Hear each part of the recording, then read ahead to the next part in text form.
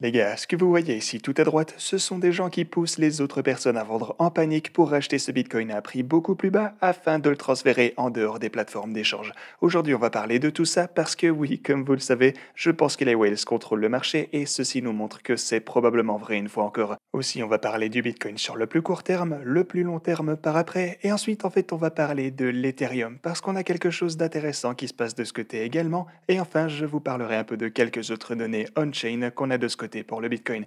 Donc voilà, j'espère que vous avez hâte de voir tout ça. Bienvenue à tous, je m'appelle Maxime et je vous apporte chaque jour des nouvelles vidéos en français sur les crypto-monnaies en vous apprenant comment vous faire de l'argent sur ce marché. Si vous êtes nouveau sur cette chaîne, alors soyez sûr de vous abonner et d'activer la cloche dès maintenant. Ok les gars, ceci étant dit, passons directement à notre intervalle de 4 heures qu'on a ici pour le Bitcoin.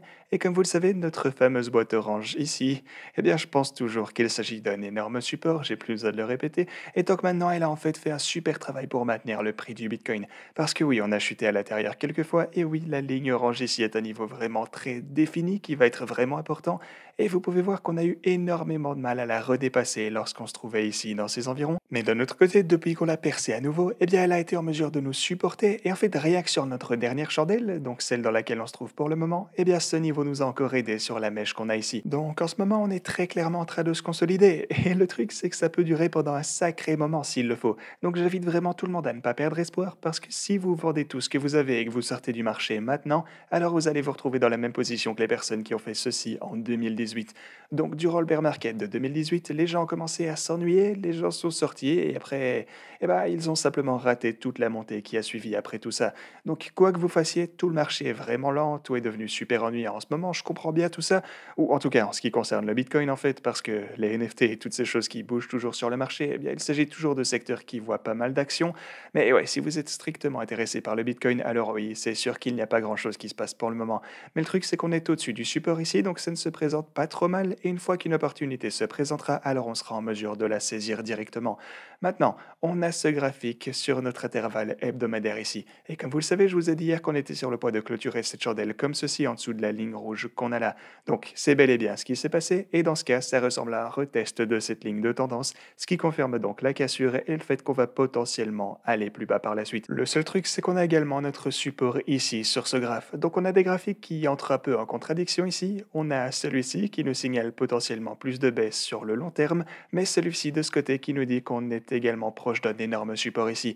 Ce genre de choses peut arriver et il faut simplement qu'on prenne en considération les deux scénarios possibles. Mais avant qu'on ne parle de quelques trucs on-chain pour le Bitcoin, si vous voulez obtenir un bonus allant jusqu'à 3500$ sur Femex, vous pouvez utiliser mon lien juste ici. Vous avez également mon lien Bybit pour obtenir jusqu'à 4530$ ainsi que ces trades avec un bonus allant jusqu'à 8000$. Mais maintenant, passons en fait en vitesse à l'Ethereum parce que de son côté, il a l'air réellement intéressant pour le moment. Parce qu'après avoir chuté et formé ce style de fond un peu arrondi, eh bien on a recommencé à monter et comme vous pouvez le voir, notre boîte orange nous prouve une fois encore qu'il s'agit d'une grosse résistance. On a tenté de la percer à de nombreuses reprises, on a eu une toute petite feinte ici, mais après ça, en plein sur le bord ici alors qu'on essayait de passer à travers 3 fois d'affilée et même 4, 5, 6 et 7 fois, et bien ensuite on s'est fait rejeter à nouveau. Mais au moins on constate ici qu'on a pu former une série consécutive de bas de plus en plus haut de ce côté, donc si on finit par dépasser cette boîte orange, alors je pense qu'une poussée rapide vers le niveau de 3674$ est définitivement envisageable.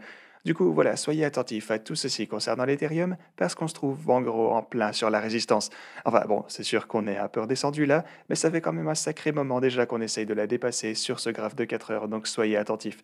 Maintenant, passons enfin à nos données on-chain, parce que je voulais vous montrer tout ceci. Et si vous regardez tout à droite ici, eh bien vous pouvez voir que... Oh, ok, ça c'est des vieux trucs que j'ai tracés. Ok, donc laissez-moi retirer tout ça.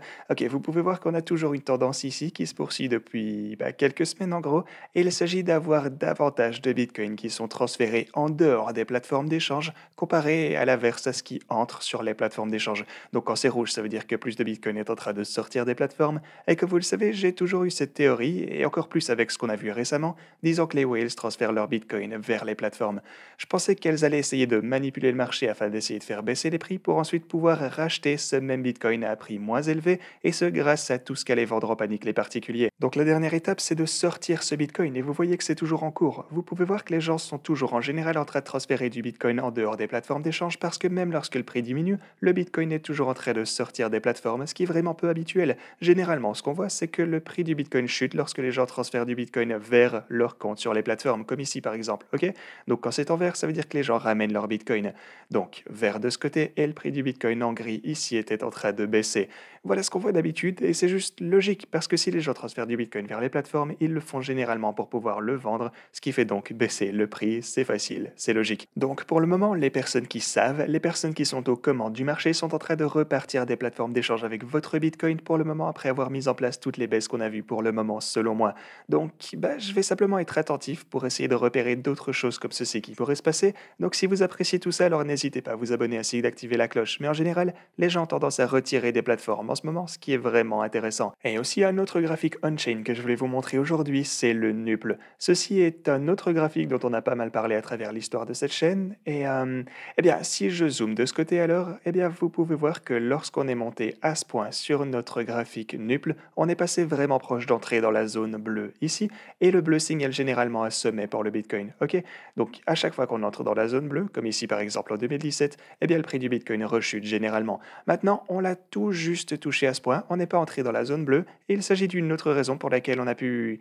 Genre, déjà ça nous a permis de nous montrer prudents ici, voilà la première chose, parce que si on entre dans la zone bleue, alors ça nous mène généralement à tout gros bear market avec les crashs qui l'accompagnent, etc. Mais on n'est donc pas passé dans cette zone, ce qui était une bonne nouvelle car on a pu redescendre, rassembler plus d'élan et souffler, et ensuite on a pu monter et former un nouveau all-time high seulement quelques mois après ça. Et donc ceci est totalement aligné avec la théorie qu'on avait ici une fois que ça s'est déroulé, mais vous pouvez voir qu'en ce moment on se trouve vraiment plus bas sur l'indicateur NUPL, ce qui veut dire que comparé à précédemment, il nous reste énormément de marge de croissance ici pour que le prix du Bitcoin ne s'élève avant qu'on entre à nouveau dans la zone bleue qu'on a juste ici.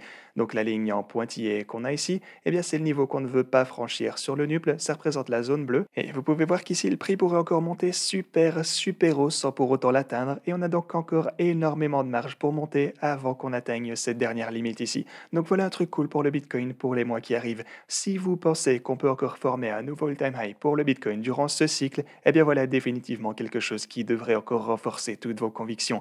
Ok les gars, c'est déjà tout ce que j'avais pour vous aujourd'hui, j'espère que vous avez apprécié cette vidéo et moi je vous dis à la prochaine.